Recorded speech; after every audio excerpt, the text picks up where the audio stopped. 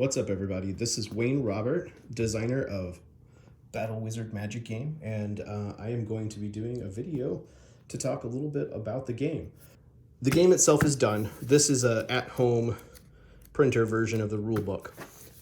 The print-on-demand versions will be like a nice, like glossy paperback, and all of that fun stuff. But the PDF will have all of this content.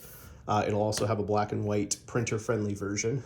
Whereas the print and play components will include 2D paper pawns of various battle wizards, as well as other 2D print and play components, and it will also include 3D print and play components, including these super sick battle wizard meeples. They don't come with bases as like built in. I just put little D&D war game bases on these. You can see they come with burn tokens. The raw resin scaled up to miniature size is about like this. You can see that compared to a D&D miniature, you can scale them up just fine. Or you could scale them down if you want more of a board game vibe. The print-on-demand tokens will have these. I've got these little acrylic die-cut burn tokens for the bespoke physical game, as well as various other components such as power crystals and objective tokens and card stands. There will be 3D printable card stands in case you don't have your own pawn stands for board games and stuff. And these actually are a pretty central part of casting wall spells. You can play this game solo, but it is best suited for 2 to 4 players. You can play more players than that and get real crazy. You can also play cooperatively against the game's AI. There's some scenarios in the back that talk about like solo and cooperative play and whatnot. And there's actually multiple pages of scenarios in the back, which is pretty cool. I tried to make sure that you had a lot of variation so that when you play the game, it's got a lot of replayability. So quick table of contents right here. You can see that. This printed out version is the pre-final version because it had an editing pass. So there might be like 1 or 2 typos if you're pausing the video and, looking at the content. And there may or may not have been like a handful of small tweaks to verbiage or rules clarity and whatnot. So you make a battle wizard. And the first thing you're going to do is you're going to roll 6 6-sided dice. So we'll do that really quick now. We're going to take 6 of these dice here, and we're going to roll them. And the results on the die faces are going to determine your stats. We're going to switch hands here. So all of your stats, all 6 of your stats, will start at a value of 6.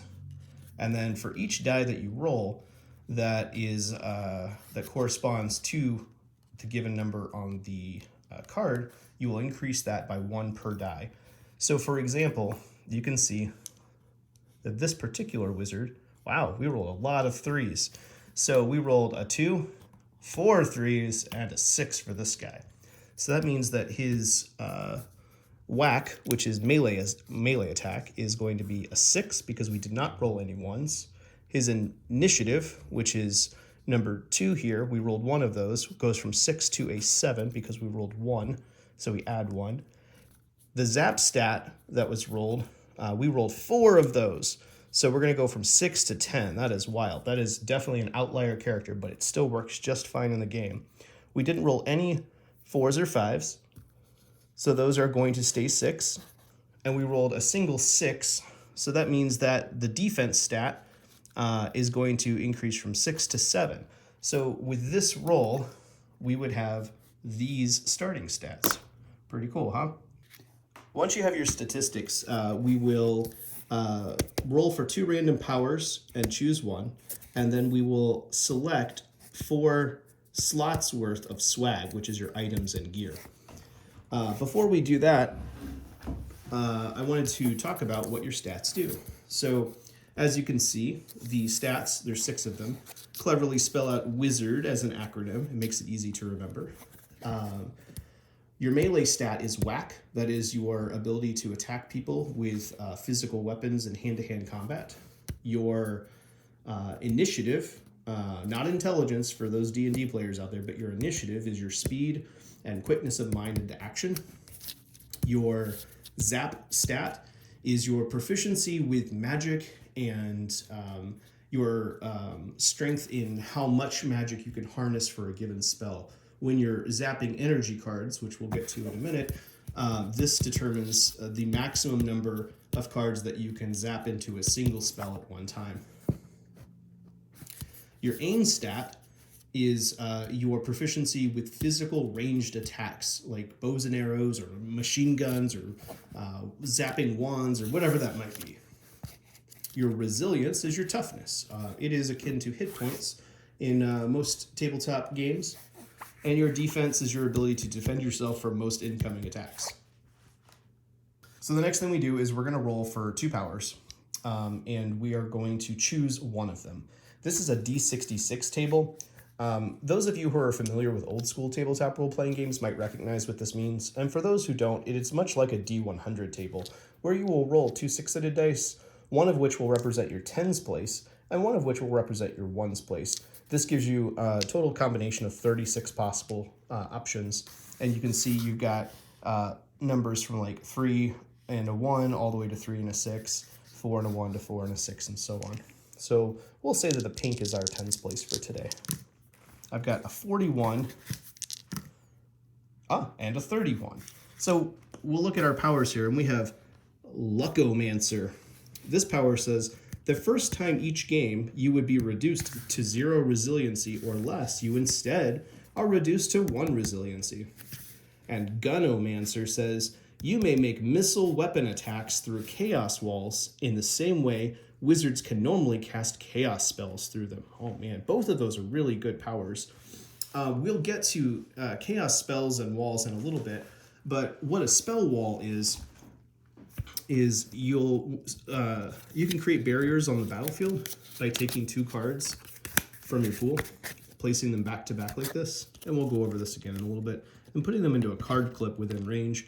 And this creates a physical barrier on the battlefield like this. It can block line of sight, and it can be moved around with the push spell, and it can also have various detrimental effects whenever a wizard comes in contact with it. So that's pretty cool. So the Gunnomancer says that you can use a gun or a bow and arrow or a ranged attack and actually shoot through them. And what that means is chaos spells are unique in that anytime there's more than one chaos wall on the board, for example, like this, the wizard here can draw line of sight with a spell, with a chaos spell, by looking here and then choosing any side of any other chaos spell on the board as the other side of their line of sight, which is pretty wild.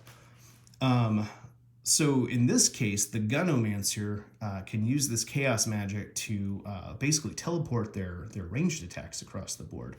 Now the Luckomancer is cool because it's a freebie, like, you get knocked down, you get back up again once per game. So for simplicity's sake, for the purpose of this tutorial video, we'll go ahead and choose Luckomancer. If it was me, I'd probably choose the Gunnomancer though, just because I like chaos magic. So on my character card here, I will write Luckomancer. Now, what's cool about this is you can play this as a one-off, but you can also play in campaign mode. And if you do that, you will eventually gain more powers over time as you progress and win games.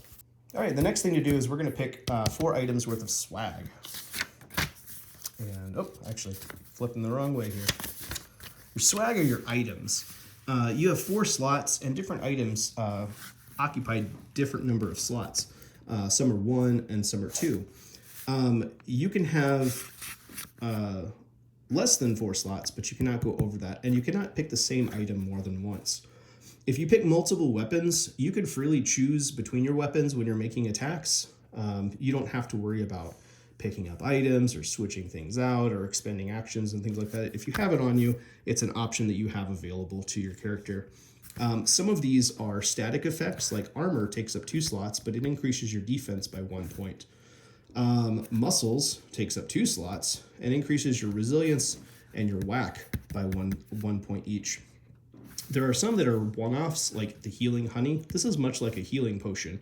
It's a 1-slot item, and instantaneously, your wizard heals 1d6 damage at any time. That means you would roll a d6 at any point in time after something has occurred, before the next thing occurs, and you would heal a number of resilience equal to the die that you rolled. So in this case, you would regain 3 resilience. You would remove 3 damage.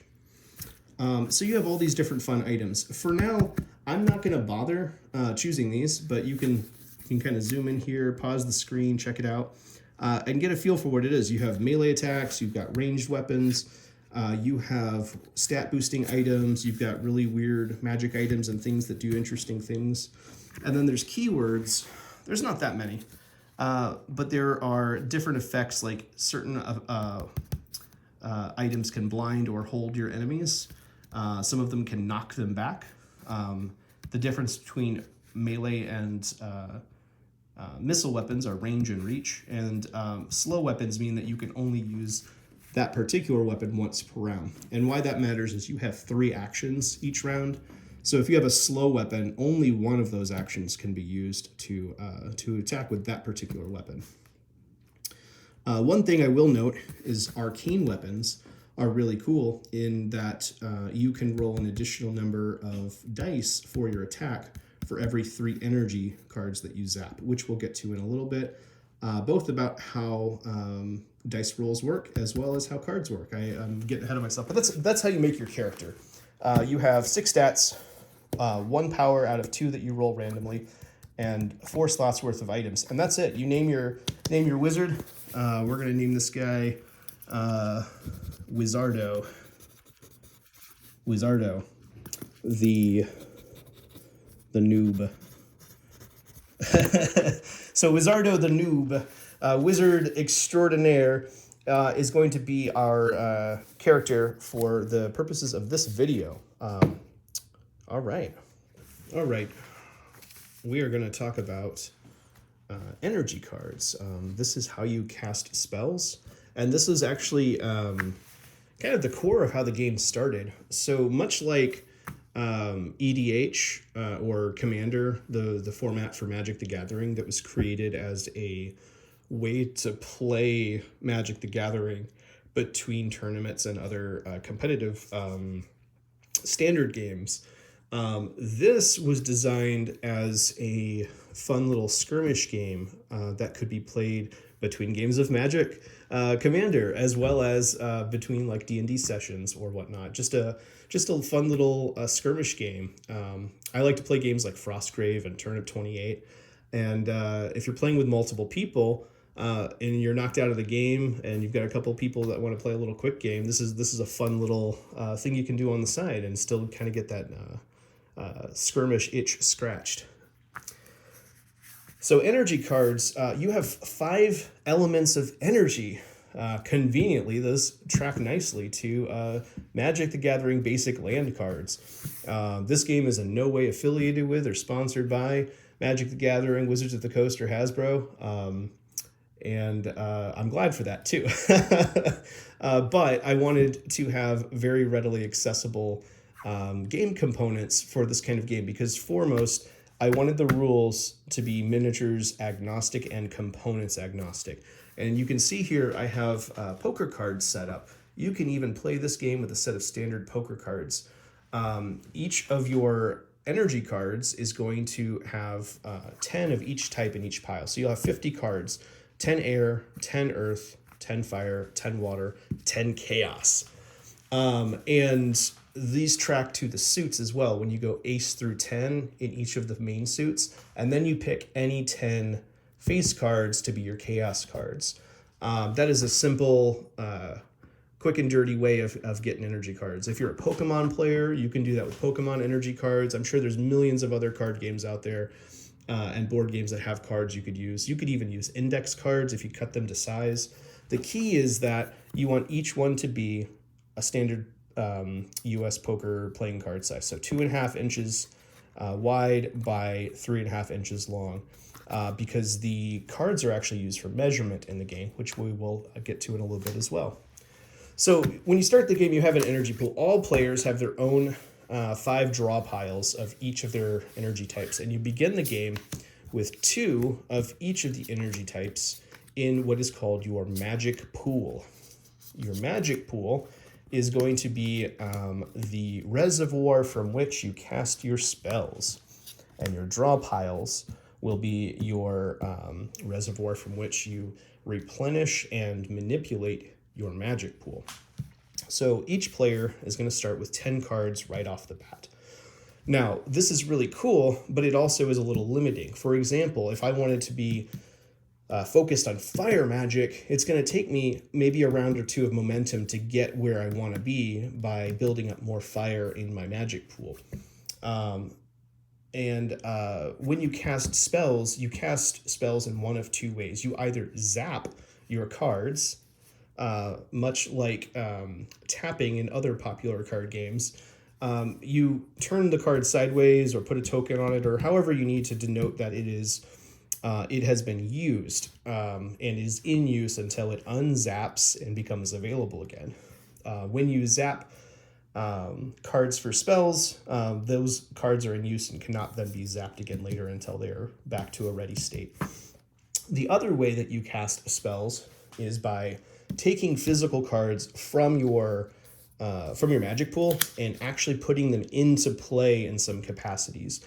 This is done with 3 spells. First is the wall spell, which we touched on briefly earlier, if I didn't cut that out of the video, and I'll repeat that here. A wall spell is when you take 2 matching energy cards from your pool per wall segment that you want to cast, and you put them back to back on their side and place them inside of a card clip like this, or a pawn stand, or whatever you happen to have available. And then if you are within range, I have to look up the spell. I designed the game and I can't remember all the rules. Who am I?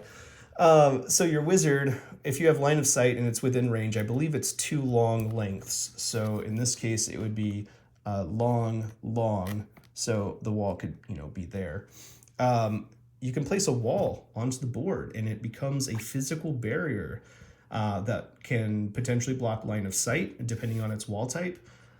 Can be moved around with a push spell, except for the earth walls; those get to stay still, and will have a various detrimental effects for any wizard or other miniature, if you're using minion rules, that will come into contact with or pass through them. And we can talk more about that a little bit later. So that's a wall spell, is that you're physically putting a wall on the board. And if you happen to have, let's say, for example, I had 4 earth in my magic pool. As long as your zap stat is higher than the number of cards that you are zapping or putting into play with a given spell, there's no limit to the amount of energy you can pump into a given spell. Assuming it's your first spell per round. You have diminishing returns. You get 3 actions per round, which we'll get to in a little bit, and you can cast spells for all 3 of those actions. But each iterative spell that you cast will have diminishing returns in that it has to both cost less energy than any spell cast before it, and it also has to be a different spell than any spell cast before it by you that turn. So you might cast Nuke on your first action, cast a lower energy cost wall spell on your second action, and then you might heal yourself for a lower cost than either of those 2 spells on your third action. That could be something that you do. You wouldn't move or attack or do anything else. You just cast those 3 spells. So anyway, the walls, you can cast multiple segments at once as long as they're contiguous and touching. So for example, if this spell was my first segment as part of the casting, and that was my second, I could have them touch, and I can have them create cool terrain effects. There are rules for placement in the actual rule book, which will define how you can and cannot cast them. This is the wall spell rules here, if you'd like to pause and check that out. Hopefully I'm zoomed and not blurry there. You can also see the heal, nuke, push, and trap spell there. And then I'll flip here so you can see the ward spell. There's a fun little diagram that shows you how the wall spells work. The next one's trap spells. You actually place cards face up onto the battlefield, and this creates kind of like an area control. Not only do they count as hindering terrain, which slows movement, and can impede the progress of your opponents moving across the battlefield, they will also have an elemental effect based on their energy type. And if you have enough and you really want to be, you know, like you want to be a lava wizard, you can cast multiple trap spells as long as they are contiguously touching on the battlefield. You could even do something wild like this if you're within range, you know, and you happen to be able to pull that off. Maybe you're here and you want to defend yourself and whatnot.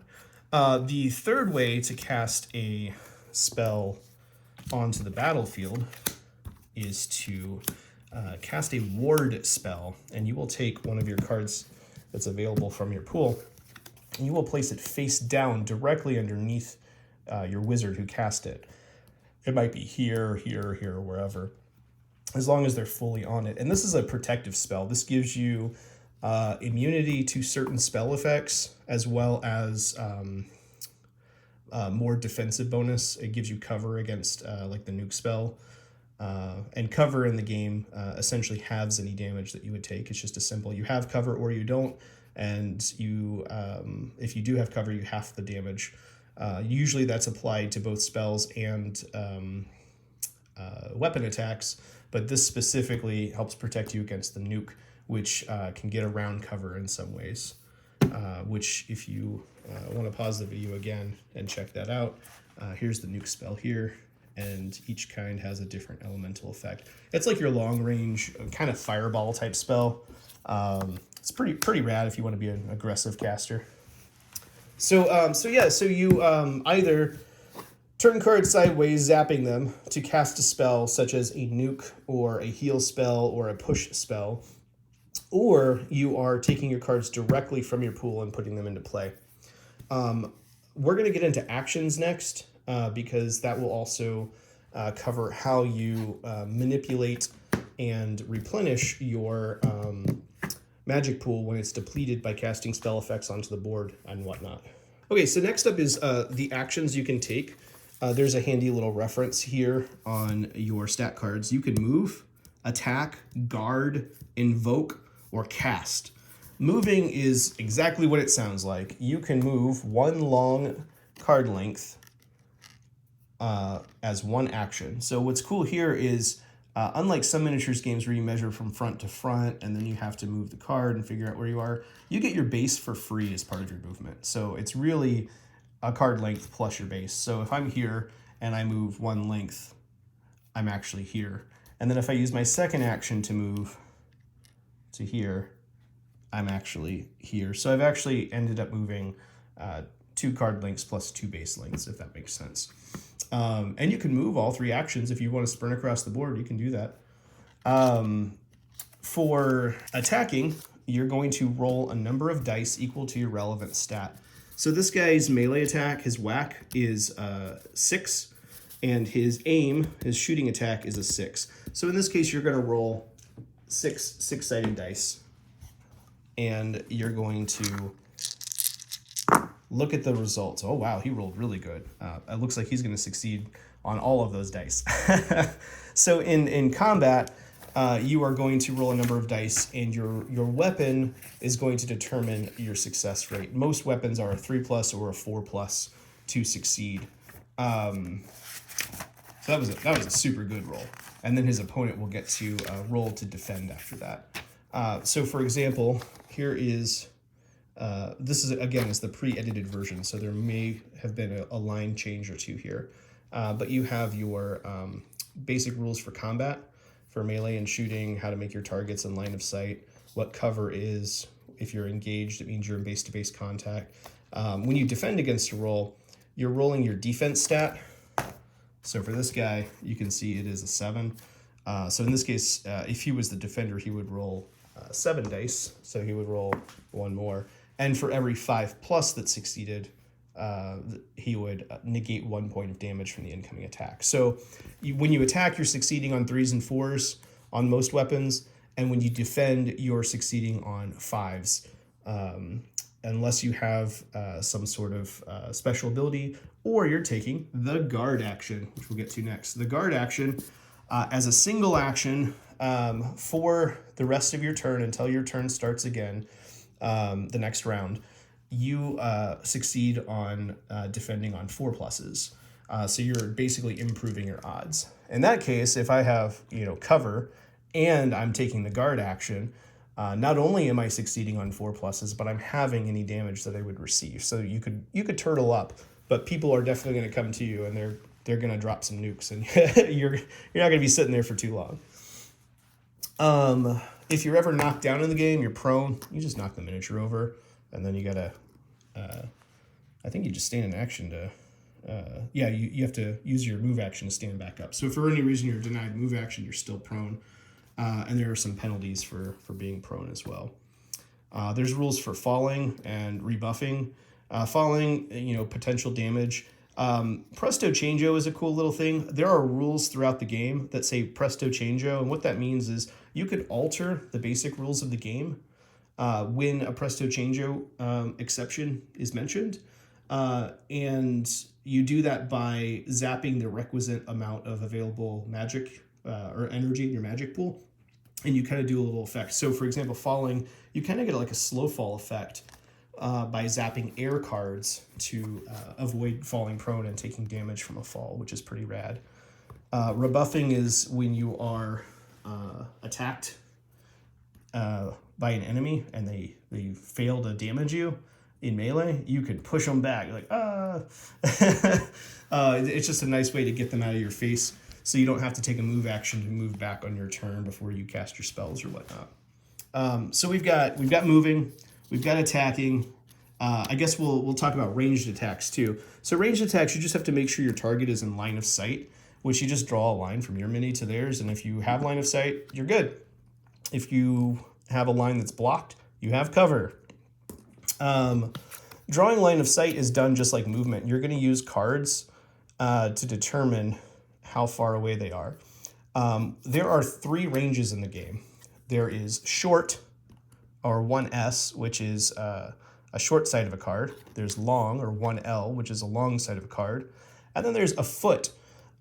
Conveniently, 2 short sides of a playing card and 2 long sides of a playing card add up to 12 inches. So you can measure long, long, short, short to get 1 foot. Or if you're a war gamer, you can just use a measuring tape and measure out your foot that way, a ruler. If you're using a battle grid like this, you can even use the squares if you really want to, even though you don't have to use a gridded map. So yeah, you've got short, long, and 1 foot. Some distances might be too long or too short, and you'll just add those together to get your distance.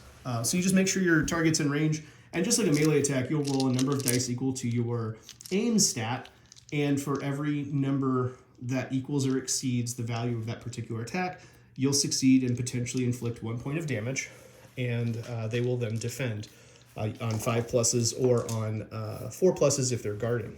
So we've got moving, attacking, guarding. The next ones are invoking and casting. We've talked about casting a little bit earlier, and I'll circle back to that in a moment. But invoking is really cool.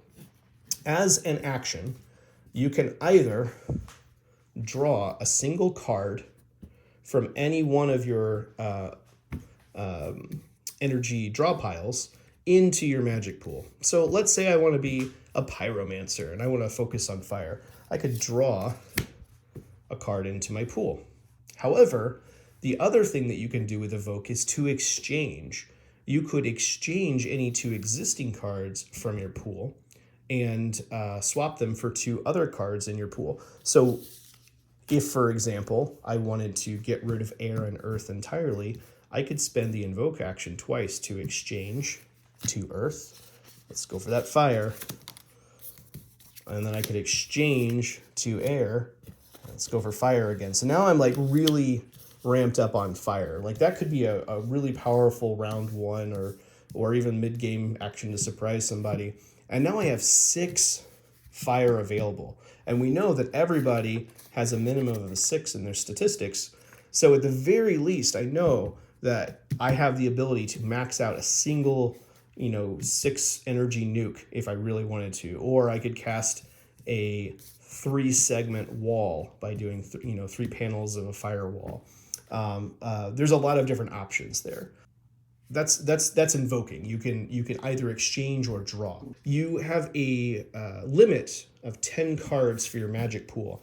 There are some powers that let you go above that by a card or two, but 10 is the default limit, and at the beginning of each of your turns, you will discard back down to that by discarding excess cards from your magic pool back into their respective draw piles. You will always draw from your draw piles and discard to your draw piles. So you could go above your limit, and in a little bit when we get into tactics, I'll talk about that too, because there's ways to kind of create energy batteries by having spell effects out on the battlefield and then drawing them back in for fun, explosive surprise plays. So let's go back to our baseline here and be a generalist for a moment. This is how you start. So at the beginning of the game, you have to make decisions such as, do you want to focus on 1 or 2 elements early? Do you want to get into good positions and then slowly build up to the energy type strategies that you want to focus on? For example, each of the different spells that you can cast, some of them have different effects based on the element type. For example, an earth nuke, an air nuke, a fire nuke, a water nuke, and a chaos nuke are all going to be very different. Same with walls and traps and whatnot.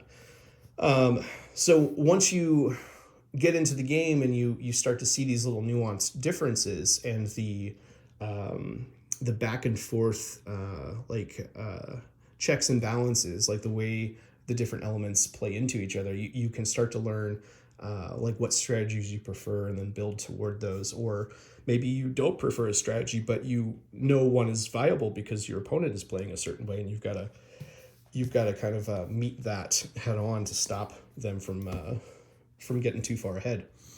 One thing that can happen in the game is an effect called bleaching. Energy bleaching is when certain effects will impact your magic pool cards, making them no longer have an energy type. For example, if somebody cast a spell or I had an effect trigger that bleached my energy, I would have to choose X number of cards based on that specific effect. Let's say that I have to bleach 2 energy. I have to choose 2 of my cards to flip upside down. So let's say I'm not really worried about air. So I'm going to flip my air cards upside down. Now I can still use these cards. They're still available, but they no longer have an energy type.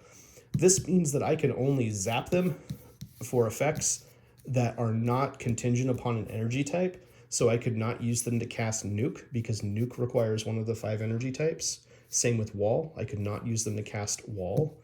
I could use them to cast push, which allows me to kind of telekinetically move wizards and objectives and walls across the battlefield.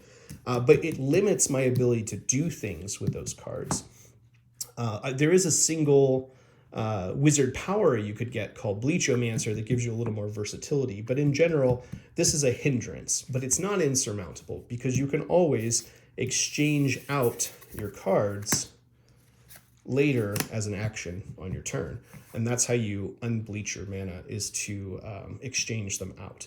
So you've always got workarounds, but at the expense of spending your actions. There's always that resource management of how do I use those 3 actions and what do I do with those 3 actions and how can I occasionally deny my opponent an action or 2. And you have to make these difficult choices throughout the game. And that's kind of what does this creates this tactical mindset when you're playing this game. It's very much a battle wizard chess kind of game. There are no fog of war elements.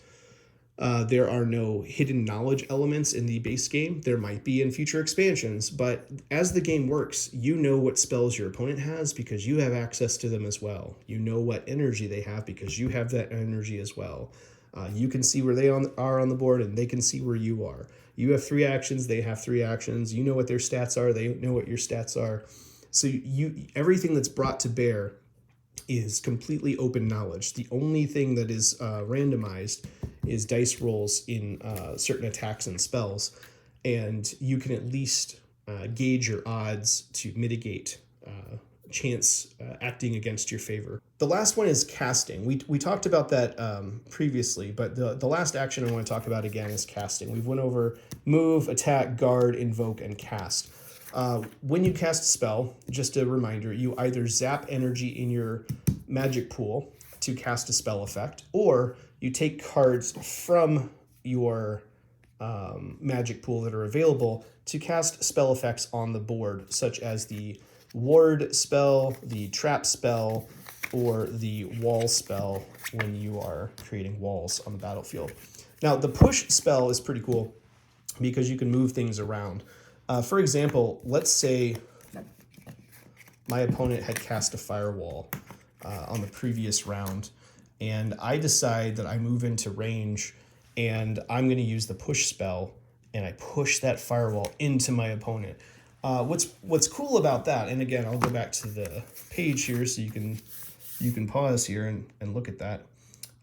When you move walls, they have different effects, and the firewall here inflicts burn tokens, which are these guys here. So burn tokens go on a stat card on the wizard. They don't hurt them immediately. You might still take damage, but the burn tokens will damage you at the end of your turn on every round until or unless you get rid of them. And you can get rid of them with the heal spell. The heal spell is here, and you can use it to do one of 2 things, to either remove burn tokens or to heal damage. And then there's a presto changeo. If you use earth energy, you will heal damage more efficiently. And if you use water energy, you will remove burn tokens more efficiently. Burn tokens, interestingly, can also be removed if you happen to trigger a water trap, or walk into or be pushed into a water wall. In addition to its detrimental effects, you're going to douse all your fire because, it's a wall of water. So that's all of your actions. You've got 5 actions. You've got 6 spells. You've got healing, which either heals your damage or removes burn. You've got nuke, which is a long-range area effect. And what's cool about nuke is, let's say I were to cast a nuke, and I make sure I'm in range here. I've got 1, 2, 3. So at the end of 1 foot, you can place your card template, and instead of it being like a radius or a circle or a square, like in TTRPGs or whatever, you just place the card at the end of that point within range. Maybe I want to put it here, and wherever I decide that card is oriented, anything underneath that card is affected. So if there were a 3-player game, and these 2 enemies were here, beating on each other with some swords, I could come around the corner and nuke them both. And depending on how much energy that I had zapped to put into that nuke would determine how many dice I roll for potential damage and other rider effects from that spell. And then they would, defend against it and whatnot. So that is spells, casting spells as an action. We went over invoking, guarding, attacking, moving. Basically anything you want to do, you can do it. When you move, you can climb freely. Whether you want to imagine your wizard has climbing gear, is a parkour rock climber, whether they have boots of spider climbing from your favorite TTRPG, maybe they're levitating, whatever, they can climb just fine. So you just measure, if he wants to move up here, you just measure up to here, and you can just move your guy. You don't have to worry about measuring increments or climbing at half speed or whatnot.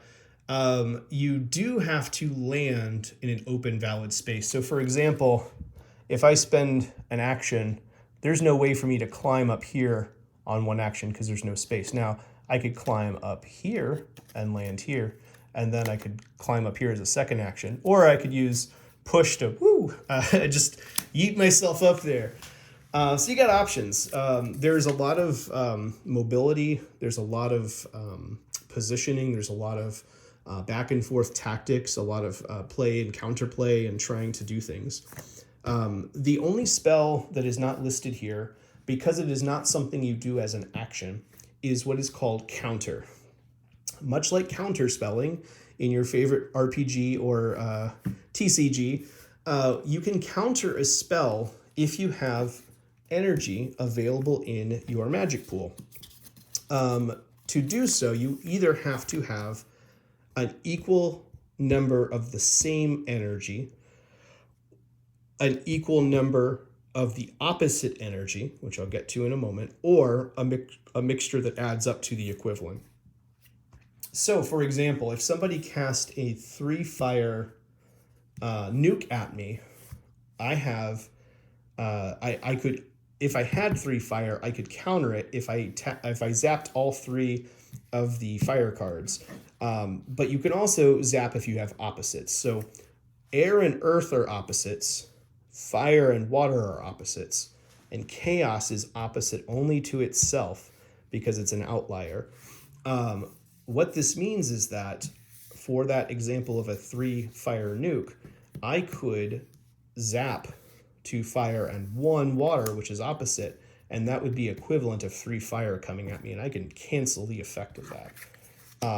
Now, this means you have to keep energy in reserve to do that, and it is actually, in all of the playtests we've done, it is very rare that somebody has enough energy open to do it all the time, but every once in a while, you get to say, nope, and it feels real good. If I were to cast a 1 earth trap spell and I had an air available, I could counter by doing that. And when a spell is countered, the rules will tell you whether or not the energy goes back to your energy pool, whether it's available, whether it comes back zapped, and so on. One thing I want to talk about spells, though, is when you have spells in play, you have the ability to dismiss spells.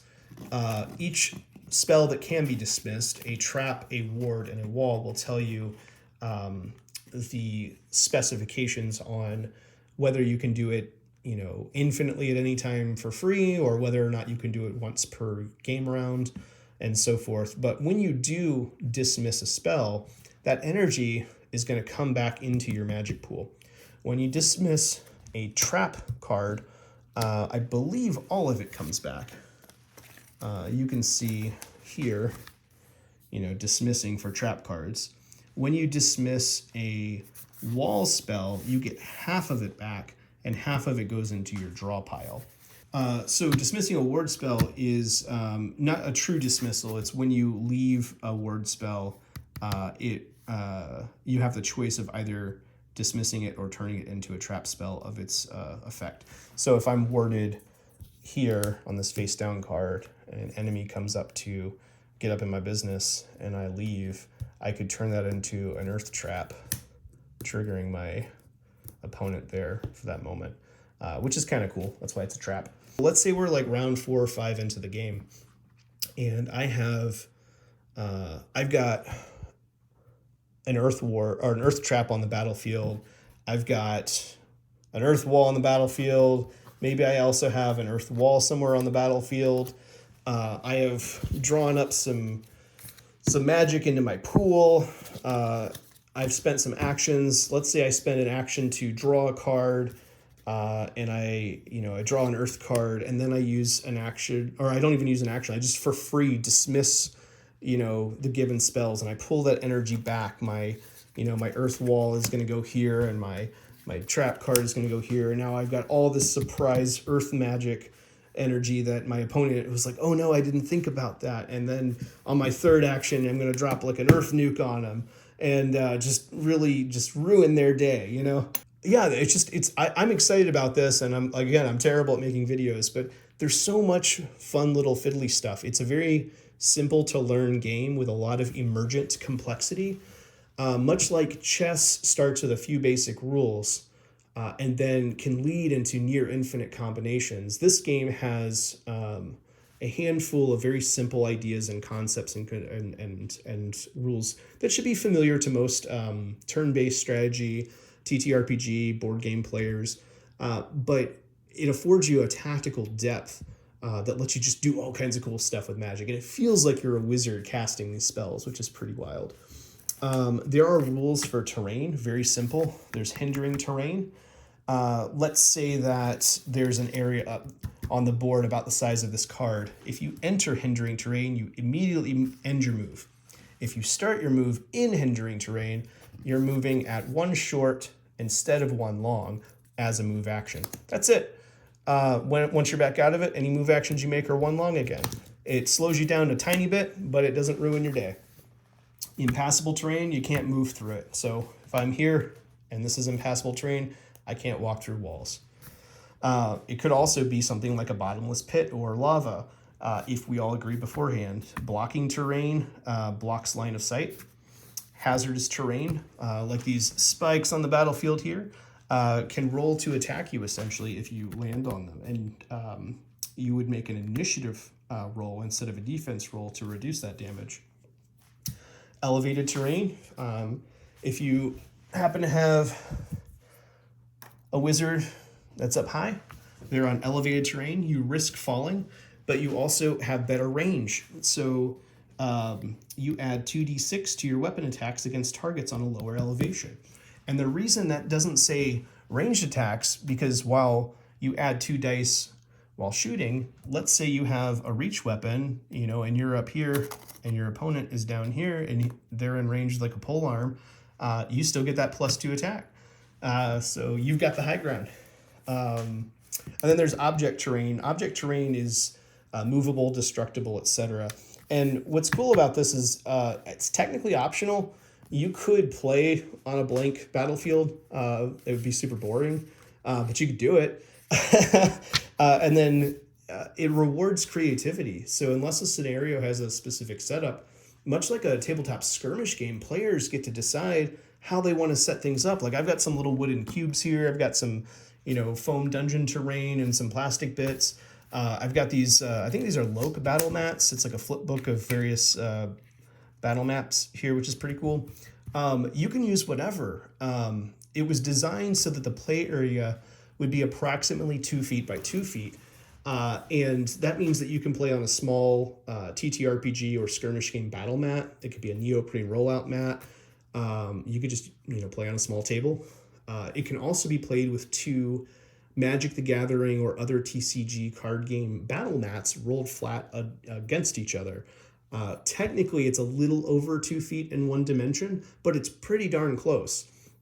And that would be a perfect size for battle games. So you could, have a planeswalker on one side, some goblins on the other, or Pokemon on one side, and, Disney Lorcana on the other, and just be real goofy about it. Or you could be more serious and try to make it like a cool skirmish game. Again, this is supposed to be like lightning fast, tactical. It's a thinking combat game. It's really fun in that you're going to be feeling like a wizard. It's not like you have to I have to count my resources and I have to check this off and I have 5 daily powers and I have to roll this number of dice to do that thing. The dice rolling is minimal. It's only for things like nukes and attacks and defending. The actions are very simple and intuitive. You move around, you can pick stuff up, you can cast spells, and your spells cover most of your bases. Now, if this game becomes popular or I just decide I really want to make some stuff for it in the future, I might make some expansions. Maybe I'll make future energy types where I will introduce 2 new elements. Maybe you've got life and death or time and space. Like I don't know yet. they're not part of this current reality. But in the future, that might be a thing. And then I could say, players will pick 5 elements that they want. But since all players have access to those things, maybe those elements have different spell effects for nukes and walls that would not normally be there.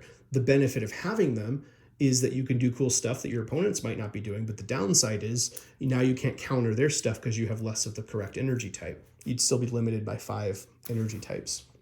That is one that I definitely want to be doing in the near future. So keep an eye out for that.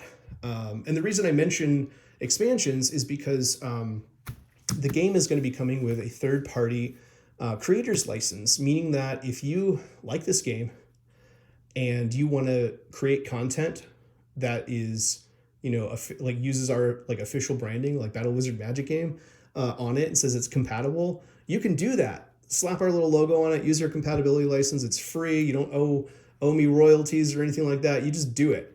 As long as you're not being a complete jerk and like really creepy and weird about your game, like I want people to make stuff, kind of like the Old School Essentials compatibility license or the Morkborg compatibility license or the old OGL before WotC decided to do their nonsense.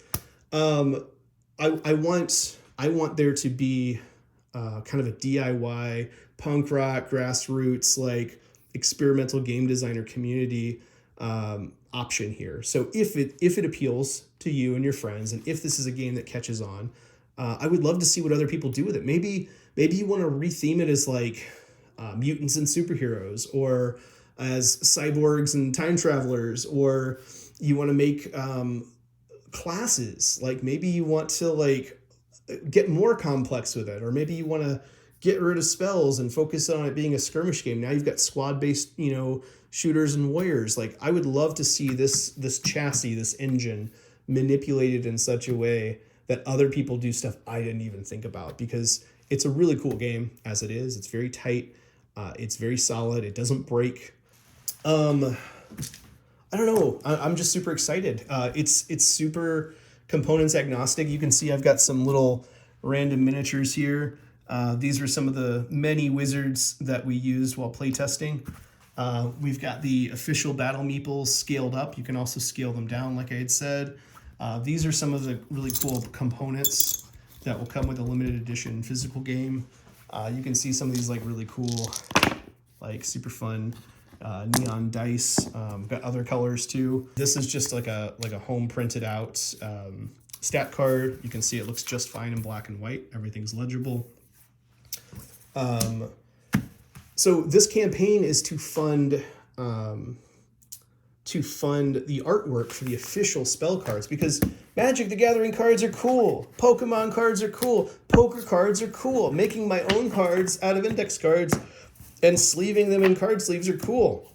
But having some official Earth, Air, Fire, Water, Chaos cards with some ridiculous like late 80s, early 90s radical neon colors, like I want hot pink flames on my cards, and I want, like purple and black and magenta, like chaos energy. I would love to see that. And the card art's going to be oriented in a horizontal format, so that when you play the cards, it'll look like you've got a wall of the appropriate type with the, flames facing upward and whatnot. The money is also going to go to fund a few additional print and play components, from 2D art assets to potentially even a few more battle meeples. It just depends on how well funding goes. We are just a few days shy from the totality of the campaign, but it's a flexible funding goal, which means that even if we don't meet the $600 goal to pay for the card art, the game is still done and ready, and it's still going out to you as soon as those funds disperse. It only means that the card art will be delayed a little while. So all backers of this project still get the cards. They're just going to get them later, as I can afford to pay for that out of pocket. That's it. That's really all there is to it. Like the campaign is either get the extra art now or get the extra art later. And thanks for supporting early, because you've put me toward that goal of achieving that. I love this game. It's a cool game. It's fun to play. It's fast to play. It scales well, whether you're playing 1v1 or whether you're playing in a 3 or 4 person battle royale. You can get a 2-person game off in like 30 minutes to 45 minutes, and you can get a 4-player game off in about an hour to an hour and a half, which is pretty rad. And that's assuming that you're still new and you're playing defensively, and you're not going super aggro on each other. There are scenarios in the game. There are rules for minions.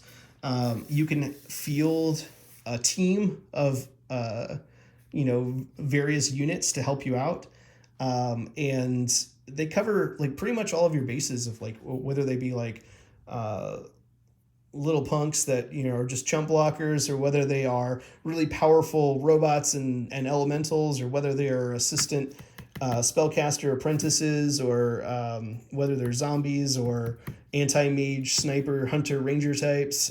You can have familiars and imps and just all kinds of. You can have your warrior types, your meatheads. There are all kinds of cool scenarios. There's one where you have to fight a bunch of minions. There's one where you play as the minions until your wizard shows up to save the day because they messed up.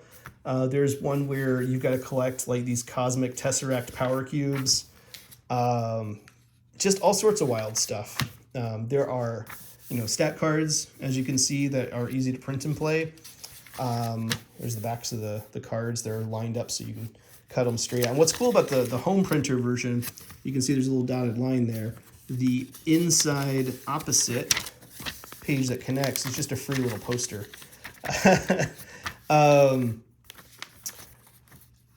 I love this game. I hope you love this game. I can't wait for you to play this game.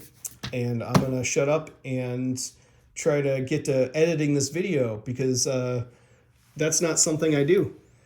So we're going to do a quick little zoom in. Various bits and components to kind of show you what it's all about. But at the end of the day, all you need are 50 cards of 5 different energy types, a fistful of dice, a stat card, which could even be an index card, and a pencil, some various tokens and bits for objectives and burn tokens and whatnot, and a miniature, like for your wizard, and more if you're playing with minions and whatnot, and a 2 foot by 2 foot table and some terrain. You can play with books and salt and pepper shakers, or you can get real fancy and use your coolest war game stuff. That's really all there is to it. I wanted there to be a versatile game that was a tactically deep game that allowed you to customize it, much like miniatures agnostic games are out on the market, but be way more approachable than games that have like 150-page rule books. Like this is a fun little zine format. But inside of it has everything that you need to play, other than your wizardy awesomeness and your tactical planning. So again, this is Wayne Robert. This is Battle Wizard Magic Game. We have just a few days left to meet our funding goal for the card art. I'm excited for you to be on this journey with me. I hope you will spread the word, tell your friends, try out the game from what you've seen as a flip through, and I love you all. I'm excited to do this, and I can't wait to play this game. Hopefully I'll get to play with some of you in the future too. Bye for now.